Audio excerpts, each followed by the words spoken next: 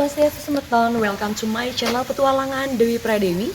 Kita bukan sekedar menjelajah alam, tapi kita akan menjelajah lebih dalam sejarah yang membesarkan kita. Dan tentunya kita akan menguak kearifan lokal yang ada di daerah setempat. Akan selalu ada pesan dan kesan dalam setiap episodenya. Jadi jangan lupa like, subscribe, comment, and share. Dan kali ini saya berada di Puri Tresna Vilas yang tepat berada di Denpasar Timur. Dan karena kita berada di Denpasar, saya akan mengenalkan ciri khas atau payasan riasan yang merupakan ciri khas kota Denpasar dan Badung sih sebenarnya, Badung dan Denpasar. Nah, payasannya mungkin sering kita dengar lelunakan. Bagaimana prosesnya akan kita garap bersama dan tetap ikuti Yendot seru-seru My Milu di Petualangan Dewi Pradewi.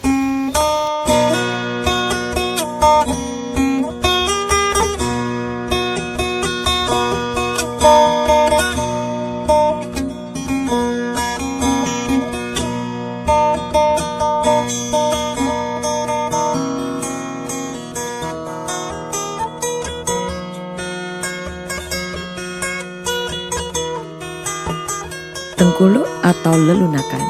Pada zaman dahulu, tengkuluk hanya digunakan oleh nenek-nenek. Tujuan menggunakan tengkuluk ini adalah agar rambutnya tidak terurai atau megambahan, karena gegambahan menyiratkan makna bahwa nenek itu memiliki sifat keraksasaan dengan ilmu pengiwe atau penggelayakan.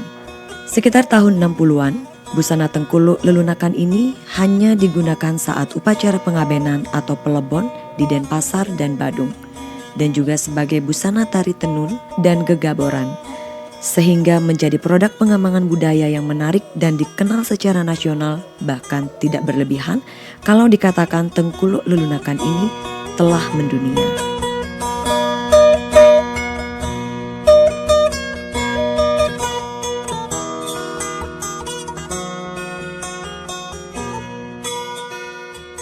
Hal ini dapat dibuktikan melalui studi fotografi dan buku-buku pariwisata yang tersebar di seluruh dunia. Pada buku-buku pariwisata, folder, dan berbagai bentuk dan jenis brosur dalam berbagai bahasa yang menginformasikan kebudayaan Bali, selalu saja ada gambar gadis Bali yang menggunakan tengkuluk lelunakan. Berikutnya, pada tanggal 9 Desember 1996, busana tengkuluk lelunakan ini diseminarkan oleh Ketua Tim Penggerak PKK Bali.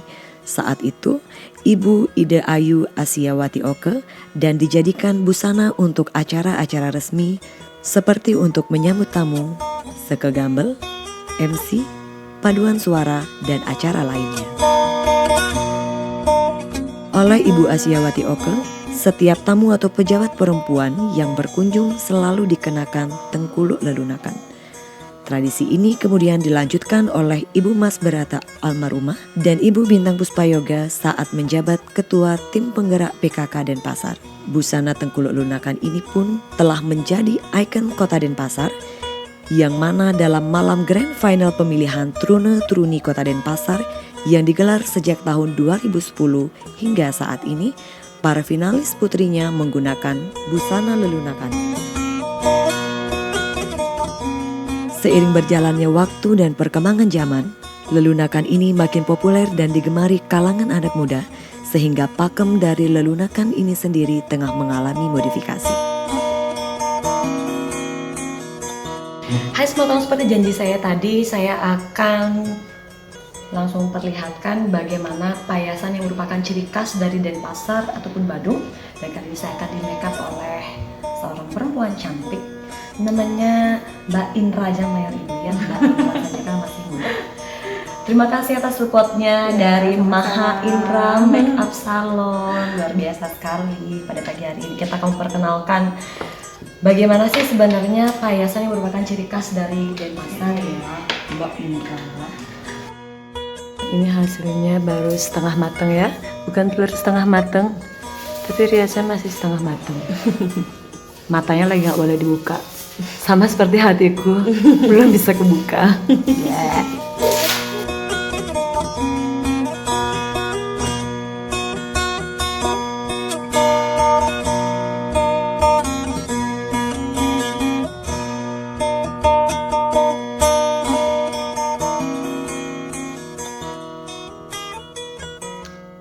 indah sekali. Tentunya lebih indah lagi kalau bibir yang kita pergunakan tidak untuk ngomongin orang yang tidak.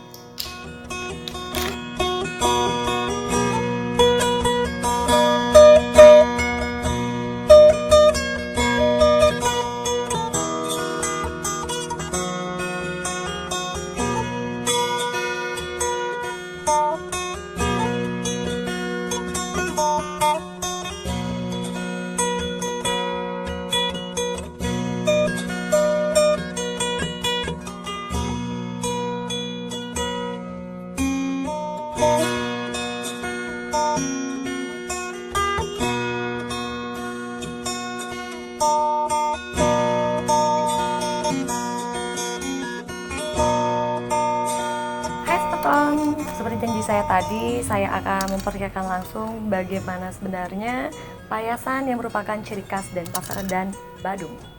Ini merupakan lelunakan. Dan siapa yang merias saya? Ada di sebelah saya, ada Mbak Indra. Selamat pagi Mbak Indra yang cantik, yang telah membuat saya cantik hari ini. Oke, bisa dilihat hasilnya. Ya, Oke, Mbak Indra, ada satu pertanyaan buat Mbak Indra. Kalau payasan lelunakan yang saya pakai ini memang pakemnya atau sudah mengalami komodifikasi? Ini sudah dimodifikasi. Awalnya dulu kan riasan lelunakan ini pakai sama nenek-nenek pada zaman dulu agar terlihat rapi dan tidak berantakan. Karena zaman dulu kesannya berantakan itu terlihat punya ilmu tidak bagus ya.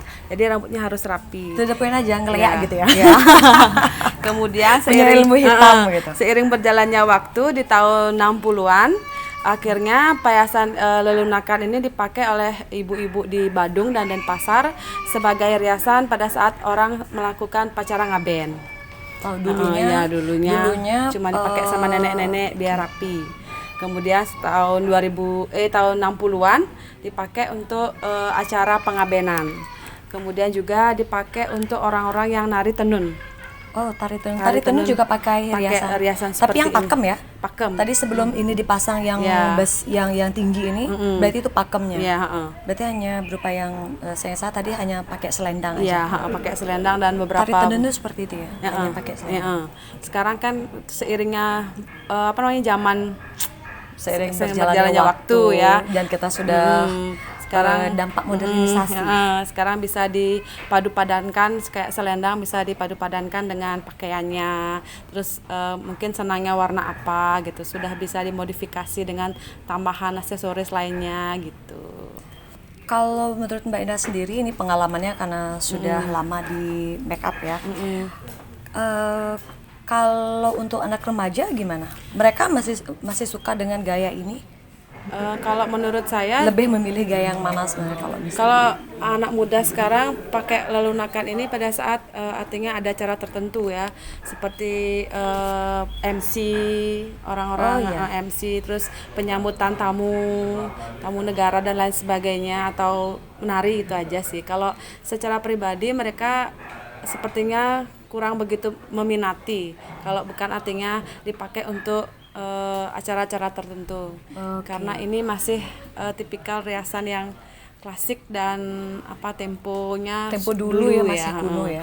Jadi kalau kita tidak modifikasi, mungkin anak-anak remaja sekarang nggak mau pakai yang ini ya. Padahal sangat terlihat cantik dan anggun gitu. Saya sering kali melihat anak-anak remaja kita sekarang sangat meminati lelunakan ini saat digunakan untuk MC. Ya, MC biasanya. MC. Gitu.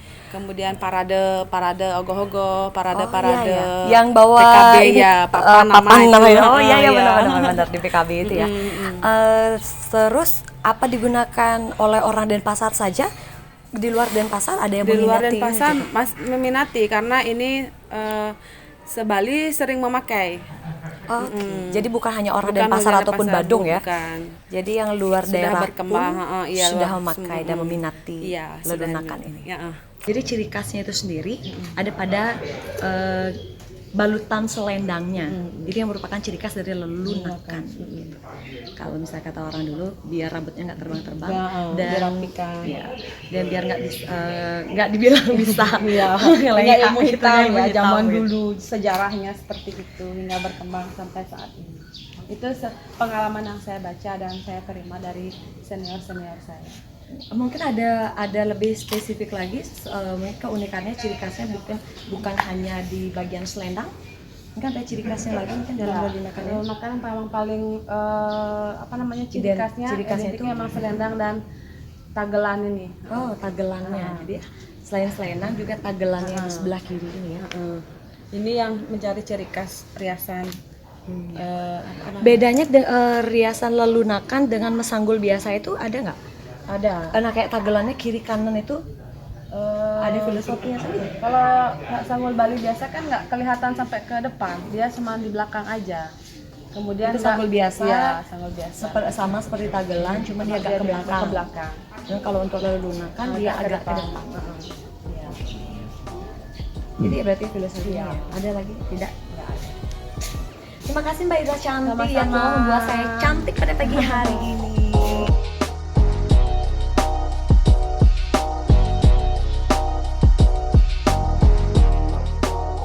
Demikian tadi sedikit ulasan tentang sejarah payasan lelunakan asli Badung dan Denpasar.